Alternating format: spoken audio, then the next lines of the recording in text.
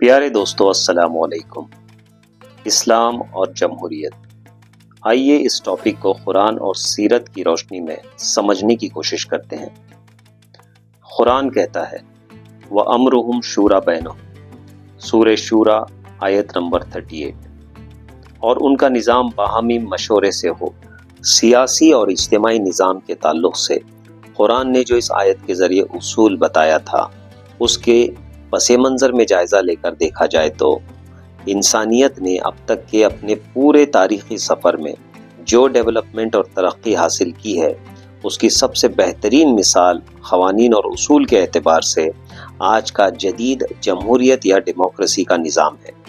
آپ صلی اللہ علیہ وسلم کی سیرت اور خلفائے راشدین کا دور جمہوریت یا ڈیموکریسی ہی کی اعلیٰ مثال ہے۔ آپ صلی اللہ علیہ وسلم نے اپنے بعد قیادت کے لیے قریش کے حق میں رائے دی، اور اسی اصول پر دی کیونکہ اکثریت کا اعتماد قریش کے ساتھ تھا۔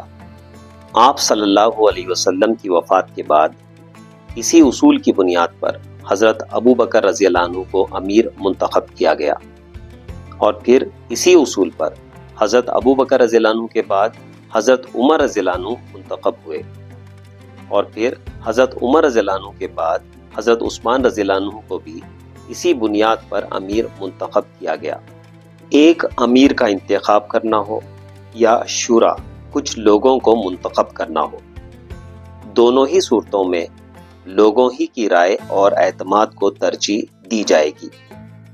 اگر اس اصول کو چھوڑتے ہیں تو پھر ایک ہی راستہ بچتا ہے، اور وہ ہے طاقت یا بندوق کے زور پہ، جسے اسلام اور ایک مہذب انسانی معاشرہ دونوں سختی سے مذمت اور کنڈیم کرتے ہیں۔ قرآن کہتا ہے لا اکراہ فی الدین، سورہ بقرہ آیت 256، دین میں کوئی زبردستی نہیں۔ ذرا سوچئے، جس اللہ نے انسان کو شرک تک کرنے کی آزادی دی ہے، وہ اس سے سیاست کے فیصلے کیوں چھین لے گا؟ اللہ چاہتا ہے کہ انسان عقل اور فطرت کی بنیاد پر اس عروج تک پہنچے جس عروج پہ اللہ ہم انسانوں کو دیکھنا چاہتا ہے، نہ کہ زور زبردستی کی بنیاد پر۔ اگر زور زبردستی کا معاملہ ہی مقصود ہوتا تو اللہ کے پاس فرشتوں کی فوج ہے، اور اسے ایسا کرنے میں کوئی وقت نہ لگتا۔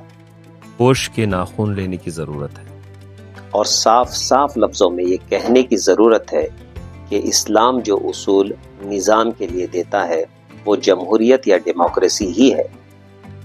اب یہ ہم سب کی ذمہ داری ہے کہ اصلاح اور دعوت کے ذریعے آج کے اس موجودہ بے عمل جمہوری نظام کو ایک باعمل جمہوری نظام بنانے کی بھرپور کوشش کریں، اور یہ اسی وقت ممکن ہو سکتا ہے جب ایک اچھا معاشرہ بنانے میں ہم کامیاب ہوں، نہ کہ ڈیموکریسی کے مقابلے میں خلافت کا نام لیں اور غیر فطری اور احمقانہ اصول پیش کر کے اسلام اور مسلمانوں کا نام بدنام کیے جائیں۔